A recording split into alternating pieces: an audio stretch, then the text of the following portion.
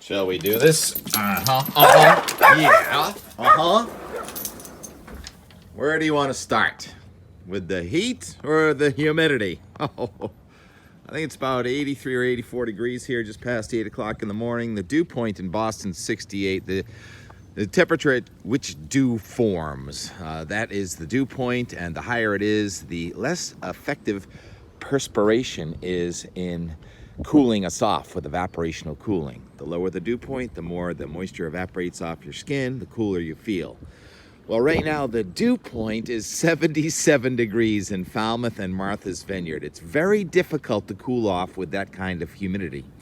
Today is the peak of the heat wave. It's day 6, and the forecast calls for temperatures near 100 degrees. Highs yesterday, 98 degrees in Plymouth. All of us are going to see, if you get in your car, on your dashboard thermometer along Route 128 or the Mass Pike or even Route 6 on Cape Cod. Those dashboard thermometers are going to say 100 degrees. The record for today is 98 in Boston, and it's going to be pretty close. Here's that weather.us chart, which I love. You can hover over and see the temperatures today, the range. No longer do any of the guidance suggest or state 100 degrees, but many of them are very close to 100 degrees, so somebody's going to get it today.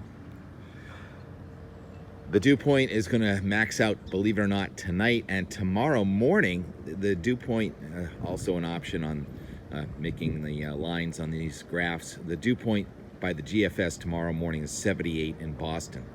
And there is a front on the way. We have flooding near Chicago. Look at the national map. We have heat advisories in effect from Oklahoma to New England, all the way up into central Maine. There's only one excessive heat warning in the Northeast. That's around Philadelphia. And in the Northwest there, that's excessive heat watch in effect in the Northwest, with the flood watches in Arizona and Colorado. So there's a lot of action on the map. Do the ferries run on weekends? I don't know. I keep getting mixed reviews. That looks like a ferry, and it looks like it's running to me. And even on the water today, do you think the beaches will be more crowded or less crowded on a hot day? Yesterday, I'd say they were a little less crowded, but I will get on the water today. And if you go out on the water in a stand-up paddleboard and you're working out, does that count as cooling off? I don't know.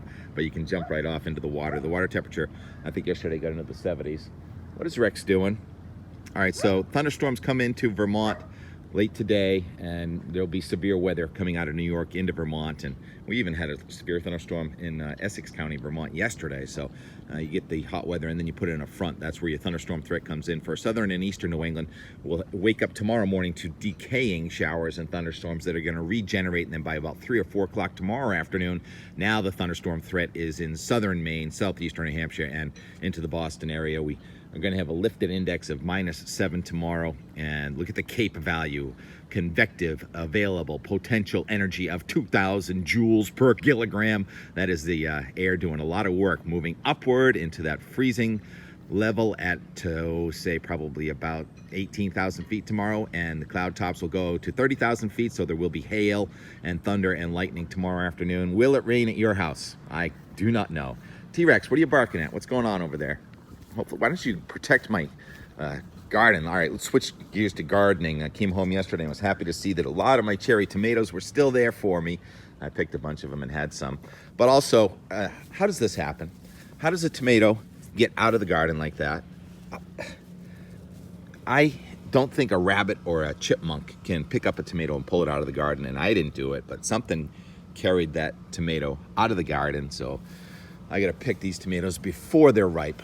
That sunflower is now almost as tall as me, but my feet are 2 feet higher than the base of it. So we're gonna have a 8 to 10 foot sunflower here blooming pretty soon. Dill seed, lettuce seed. Do you think I can plant this lettuce seed? It's not quite ready, and grow lettuce, because I tried to plant some lettuce last week. Well, I did put some seed down, but you can't expect to grow lettuce if you're going away for 7 days and you're not watering your garden and the temperature is near 100. I don't think that's lettuce, though. I tried planting.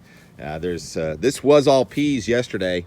I took them out. They're all, gone by. And does anyone know what that thing is? Is it possible that it might be a Brussels sprout or something like that? I can't remember everything I planted. The zucchini, we got a baseball bat-sized zucchini that, I think the animals are probably eating in the garden just as much to get water as sustenance. The peas are all done for the season, so I pulled them out en masse yesterday. A lot of things got pulled out yesterday. Lettuce, I'm trying to make more room, you know. Garden needs constant maintenance. I missed my garden the way a parent would miss a child, practically. And the first eggplants of the season are here, so I'm happy about that. Plenty of eggplants, and I got more room, so I'm gonna try for lettuce again. I'm gonna put something in there. And let's see, what else? That's probably enough for today. Looks like a pretty nice week. The heat may come back later in the week. Poke. You ever have those inkberry fights when you were a little kid? Anyhow, that's a different subject. So we'll leave you with what was called the party of the season on Nantucket. The N Magazine 20th anniversary platinum party was a blast. And also it was it's a little sad to leave Nantucket yesterday morning, but I'm not going to miss the traffic and congestion there. I'm going to enjoy quiet time in my garden today. And so there's the scene from, we'll leave you with some video from leaving Nantucket, where the veranda house skeleton has not been torn down just yet. Acknowledge them. Rob Cucuzzo. Rob is a rock star. Kit Noble, our spectacular photographer. Fifi Greenberg, who's been with us from day one. Jason Graziday, who does an amazing job on the Nantucket current with David Green.